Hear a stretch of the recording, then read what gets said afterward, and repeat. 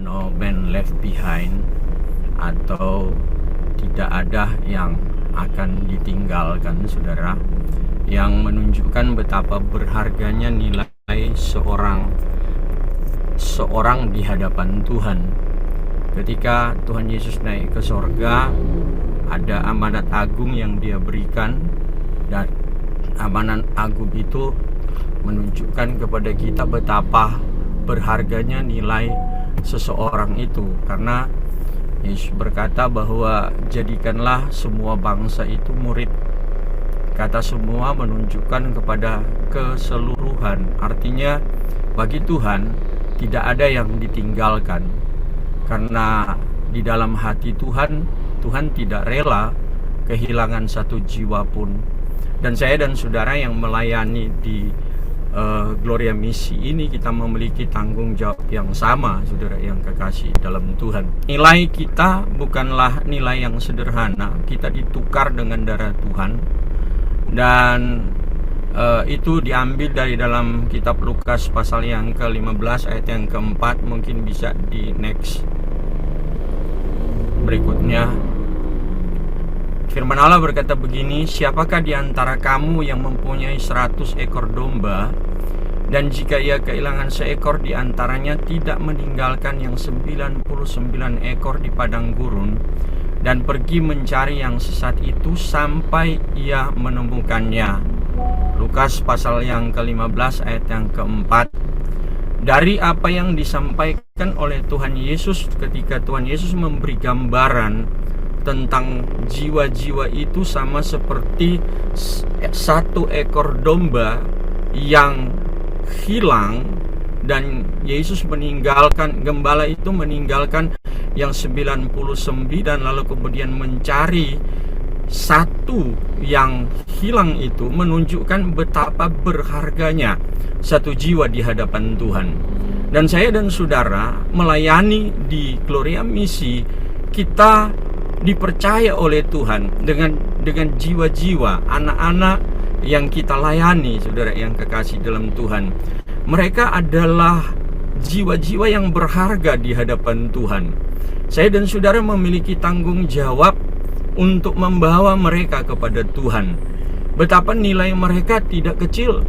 Dalam kesederhanaan mereka sekalipun, saudara yang kekasih, dalam kekurangan mereka sekalipun, mereka adalah jiwa-jiwa yang sangat berharga di hadapan Tuhan, yang dipercayakan kepada kita. Nah, Tuhan tidak mau ada satu jiwa saja yang hilang. Artinya, kita seringkali menyanyi, berikanku hati seperti hatimu. Kita minta kepada Tuhan supaya kita memiliki hati Tuhan. Kita memiliki keberadaan sama seperti keberadaan Tuhan, melihat jiwa-jiwa yang ada di sekitar kita. Apa yang dipercayakan kepada kita itu berharga bagi Tuhan, juga berharga bagi saya dan saudara. Kita harus melihat ini sebagai bagian yang berharga, tidak hanya sekedar sebuah pelayanan, tetapi ada sesuatu yang berharga yang dipercayakan oleh Tuhan kepada saya dan saudara. Karena ketika Yesus naik ke sorga, dia bilang, jadikanlah semua bangsa itu murid. Jadi ada sebuah keadaan di mana Yesus memberi tanggung jawab bagi saya dan saudara, supaya tidak ada satupun yang tertinggal. Semua bisa dimenangkan untuk Tuhan. Itu kerinduan Tuhan. Dan saya dan saudara harus memiliki kerinduan yang sama. Karena kita punya, selalu minta kepada Tuhan supaya kita punya hati yang sama seperti hati Tuhan. Next, saudara yang kekasih dalam Tuhan, secara organ manusia, kalau dihitung, coba hitung-hitungan, saya coba cari di internet hitung-hitungan organ nilai manusia itu hanya sekitar, kalau dihitung sekitar 5 sampai 10 juta US dollar, itu sekitar 170 miliar lah, kira-kira begitu, saudara yang kekasih dalam Tuhan. Itu nilai organ manusia, itu rinciannya saudara bisa lihat, seolah-olah itu besar sekali, tapi sebenarnya di hadapan Tuhan itu jauh lebih besar, saudara. Jadi ketika saya dan saudara dipercayakan satu jiwa untuk kita layani, itu adalah nilai yang sangat tinggi yang dipercayakan oleh Tuhan kepada saya dan saudara, yang harus saya dan saudara pelihara. Saya percaya ketika kita memiliki sesuatu yang berharga, misalnya saudara mungkin punya mobil yang nilainya miliaran, pasti saudara akan merawat itu dengan baik. Saudara akan memperhatikan bagaimana kebutuhannya, bagaimana servis berkalanya, segala sesuatu yang berkaitan dengan perawatan daripada mobil yang berharga ini saudara akan perhatikan. Bahkan mungkin sekalipun kita tidak punya uang, ketika lihat mobil ini membutuhkan sesuatu, kita akan cepat untuk supaya menyelesaikan, supaya jangan sampai rusak. Nah, Allah melihat jiwa itu seperti itu, saudara. Tuhan melihat jiwa seperti itu.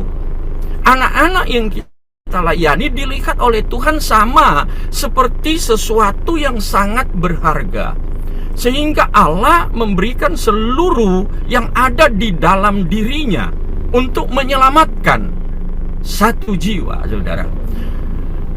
Beberapa waktu yang lalu, coba next, saudara yang kekasih dalam Tuhan. Beberapa waktu yang lalu kita dipertontonkan dengan sebuah keadaan di mana Amerika menunjukkan betapa berharganya satu jiwa bagi mereka. April 2026, sebuah jet tempur F-15 Strike Eagle Amerika ditembak jatuh di pegunungan Iran. Satu awak berhasil dievakuasi, ada 2 awak pada saat itu, tetapi yang seorang itu terdampar. Dia terdampar sendirian, terluka, dikejar di wilayah musuh. Dan kita dipertontonkan dengan berita bahwa selama hampir 48 jam ia bertahan hidup, pindah-pindah tempat, dan berbekal perlengkapan seadanya dia bertahan di sana, saudara. Dan kita dipertontonkan juga dengan bagaimana Amerika menganggap seorang itu begitu berharga. Tidak seorang pun yang boleh ditinggalkan. Tidak seorang pun yang boleh ditinggalkan binasa. Tidak seorang pun yang boleh ditinggalkan dalam keadaan yang tidak mendapatkan pertolongan. Operasi besar mereka lakukan pada saat itu, saudara. Ratusan personel dikerahkan, puluhan pesawat, helikopter, drone pengintai, bahkan pasukan elit khusus turun diterjunkan pada saat itu. Beberapa pesawat pun kena tembakan hanya untuk menyelamatkan satu jiwa, saudara yang kekasih. Kita dipertontonkan dengan begitu besarnya nilai seorang prajurit Amerika yang ada di medan perang, saudara. Tidak ditinggalkan. Berapa dolar sekalipun, berapa juta dolar sekalipun, berapa banyak personil, berapa banyak pesawat yang mungkin akan dikorbankan, mereka cuma punya satu tujuan. Tidak ada masalah, saudara yang kekasih. Yang penting ada jiwa ini bisa diselamatkan. Yang penting prajurit ini bisa diambil dari medan peperangan supaya jangan sampai binasa. Saudara yang kekasih di dalam Tuhan, bagi saya dan saudara-saudara, ketika kita melihat anak-anak yang kita layani, anak-anak yang dipercayakan kepada kita, apakah kita melihat mereka senilai dengan apa yang Yesus nilai? Ataukah kita hanya menjalankan kewajiban kita sebagai sebuah tradisi atau kebiasaan? Kita tidak melihat mereka sebagai harta yang berharga, sehingga tidak boleh ditinggalkan. Mereka harus diselamatkan, mereka harus dibawa kepada Tuhan, mereka harus menerima Tuhan, mereka harus dibina keberadaannya, saudara yang kekasih. Amerika tidak memperhitungkan materi, mereka tidak memperhitungkan berapa kerugian. Yang penting satu orang ini harus diselamatkan. Gereja pun harus memiliki pandangan yang sama untuk satu jiwa, karena firman Allah menunjukkan kepada kita betapa berharganya satu jiwa bagi Tuhan. Lanjut, saudara. Nah, kita bisa lihat dari ayat yang kita baca tadi bahwa hati Tuhan itu tidak rela kalau kehilangan satu jiwa. Gembala itu mencari. Ada 100 domba, yang 99 dia tinggalkan. Kenapa? 99 itu sudah selamat, 99 itu aman, tetapi ada satu yang sedang berada dalam keadaan berbahaya. Saya percaya ketika gembala ini mencari yang satu ini, dia mungkin akan berhadapan dengan sesuatu yang sulit, sesuatu yang berat. Bahkan dia mungkin akan berhadapan dengan serigala, binatang liar, dan segala macam. Dia tidak memperhitungkan itu. Yang penting satu yang hilang ini bisa kembali, bisa ditemukan, bisa datang kembali kepada kawanannya, saudara. Ini menunjukkan bahwa saya dan saudara memiliki tugas untuk mencari setiap jiwa yang ada, ataupun jiwa yang sudah ada di dalam hidup kita, dipercayakan kepada kita. Kita punya tanggung jawab untuk membawa mereka kepada Tuhan. Yang kedua, kesabaran Tuhan adalah kesempatan. Jadi begini, saudara, Tuhan tidak ingin ada yang binasa. Artinya Tuhan memberikan kesabarannya, tapi harus diingat, Tuhan itu panjang sabar, tetapi Tuhan itu tidak kekal sabarnya. Kesabaran Tuhan itu tidak kekal, panjang sabarnya, tetapi tidak kekal. Anggap sebagai kesempatan untuk memperbaiki diri. Kalau Tuhan masih memberikan kesempatan, anggap itu sebagai kesempatan untuk datang kembali kepada Tuhan. Dan Yesus datang menyelamatkan yang hilang. Lukas pasal yang ke-19 ayat yang ke-10 dikatakan bahwa anak manusia datang untuk mencari dan menyelamatkan yang hilang. Lanjut. Saudara yang kekasih dalam Tuhan, harga satu jiwa itu, kata firman Allah Markus pasal 8 ayat 36, ini perbandingan satu jiwa dengan apa yang dimiliki oleh dunia ini. Alkitab berkata begini, apa gunanya seorang memperoleh seluruh dunia tetapi kehilangan nyawanya? Artinya, satu jiwa itu lebih dari uang, satu jiwa itu lebih dari harta, satu jiwa lebih dari kesuksesan, satu jiwa lebih dari seluruh dunia ini. Kenapa satu jiwa itu lebih berharga? Karena satu jiwa itu dibayar dengan darah Yesus. Jadi darah Yesus yang menjadi alat pembayaran daripada satu jiwa itu.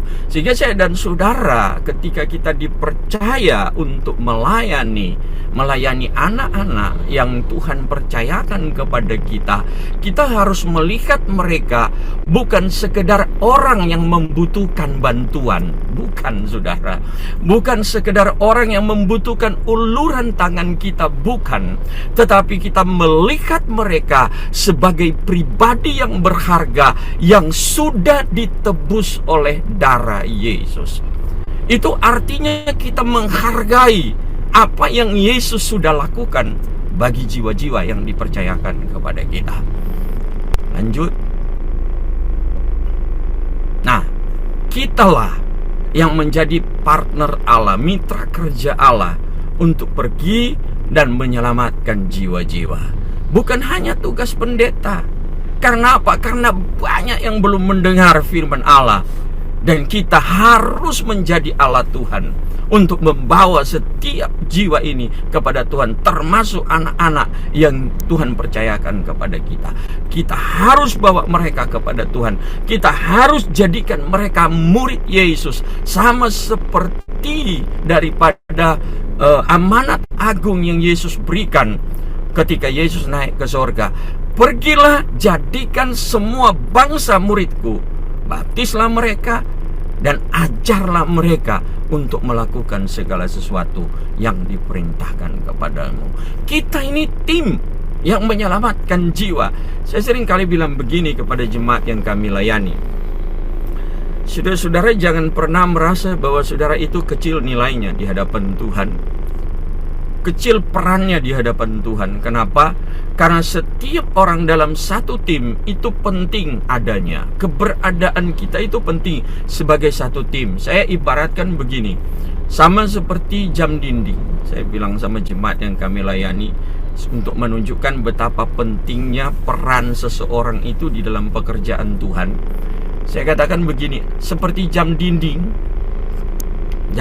yang di gereja itu, kalau ada satu baut saja yang lepas, saudara, baut itu kecil, baut itu tidak kelihatan ada di dalam, dan kalau dia lepas, maka saudara yang kekasih, baut itu akan mempengaruhi kinerja daripada jam dinding itu. Dia mungkin akan lebih lamban atau akan lebih cepat, saudara yang kekasih. Artinya jam dinding itu rusak, saudara, hanya karena satu baut yang lepas. Begitu juga dalam kehidupan kekristenan orang percaya, saudara yang kekasih dalam Tuhan. Peran kita itu besar di hadapan Tuhan ketika kita menjadi satu tim untuk menyelamatkan jiwa-jiwa yang ada. Percayalah saudara, setiap kita punya peran penting di situ. Satu saja di antara kita, mungkin kita berkata, saya kan cuma baut kecil, tidak penting saya perannya. Tapi kalau baut itu dicabut, keluar dari tim penyelamat jiwa, maka itu akan mempengaruhi kinerja daripada keseluruhan yang ada. Saya dan saudara demikian. Kita penting bagi Tuhan. Kita penting untuk menyelamatkan jiwa. Bukan hanya tugas hamba Tuhan, bukan hanya tugas pendeta. Karena banyak yang belum mendengar Injil. Anak-anak kita butuh pengajaran. Anak-anak kita butuh mengerti bagaimana untuk bertemu dengan Tuhan. Dan kitalah alatnya di hadapan Tuhan. Lanjut. Nah ini saudara, ada hal yang harus kita ingat, bahwa kata gembala itu tidak tunggu. Berbeda dengan Bapa di dalam Lukas pasal yang ke-15 itu ada jadi di Lukas pasal 15 itu ada 3 perumpamaan tentang sesuatu yang hilang. Mulai dari domba yang hilang, dirham yang hilang, dan anak yang hilang. Berbeda ketika melihat gembala dan bapa. Waktu anak yang hilang itu bapa menunggu, tetapi waktu domba yang hilang, gembala itu pergi, dia keluar mencari, saudara yang kekasih dalam Tuhan. Jadi kita sebagai anak-anak Tuhan, sebagai orang percaya, sebagai pelayan yang dipercayakan oleh Tuhan, kita diperintahkan untuk keluar, untuk pergi mencari. Ada sebuah sikap, aksi yang kita kerjakan atau inisiatif yang kita ambil. Kita tidak masa bodoh dengan keadaan yang ada, tapi kita bergerak untuk mencari. Ada teman kita, ada keluarga kita, ada tetangga kita, ada orang-orang yang mulai menjauh dari sekitar kita, terlihat jauh daripada Tuhan, bahkan anak-anak yang Tuhan percayakan kepada kita. Maka kita diberi tugas, kita harus menyelamatkan mereka. Lanjut. Next. Nah saudara, dan inilah alasannya kenapa saya dan saudara itu harus mencari dan menyelamatkan satu jiwa bagi Tuhan. Tidak boleh ada yang ditinggalkan. Kenapa? Karena yang membuat sukacita sorga itu bukan karena gedung besar. Yang membuat sorga itu bersukacita bukan karena program gereja yang sukses, saudara yang kekasih. Bukan hal-hal yang materi, bukan hal-hal yang kelihatan, itu biasa bagi sorga. Tetapi satu jiwa diselamatkan, maka sorga bersukacita. Lukas 15 ayat 7, akan ada sukacita di sorga karena satu orang berdosa yang bertobat. Jadi mengguncang sorga itu bukan dengan gedung yang hebat, bukan dengan gereja yang mewah, bukan dengan fasilitas demi fasilitas yang kita miliki, bukan. Tapi untuk mengguncang sorga dengan sukacita, hanya dengan menyelamatkan satu jiwa bagi Tuhan. Satu jiwa ini penting. Kadang-kala saudara yang kekasih dalam Tuhan, kita ini sudah menganggap pelayanan itu sebagai sesuatu yang biasa. Apalagi hamba Tuhan. Saya juga seorang gembala. Jadi sebagai seorang hamba Tuhan, kadang-kala pelayanan itu kita terlibat dalam sebuah sindrom yang sering saya sebut sindrom rutinitas, karena sudah sesuatu rutinitas melayani, saya khotbah, saya ini, saya itu, lalu kemudian seperti itu kira-kira, sehingga melihat jiwa itu hanya sebagai sebuah objek pelayanan, tetapi tidak melihat jiwa itu sebagai sesuatu yang berharga di hadapan Tuhan. Termasuk saya dan saudara mungkin yang melayani di Gloria Misi ini, saudara yang kekasih. Saya tidak mengajar saudara, tetapi hanya sekedar mengingatkan kembali apa yang saudara sudah tahu sebetulnya, bahwa anak-anak yang Tuhan percayakan kepada kita ini adalah hal yang berharga di hadapan Tuhan. Mengguncang sorga adalah membawa mereka bertobat kepada Tuhan, membawa mereka menerima Yesus, membawa mereka hidup di dalam kebenaran firman Allah. Saudara, biarlah saya dan saudara menjadi alat Tuhan. Kita melayani bersama di Gloria Misi, dan biarlah Tuhan terus akan menolong, memberkati, membawa hidup saya dan saudara kepada kebenaran firman Allah. No man left behind. Jangan ada satu yang ditinggalkan.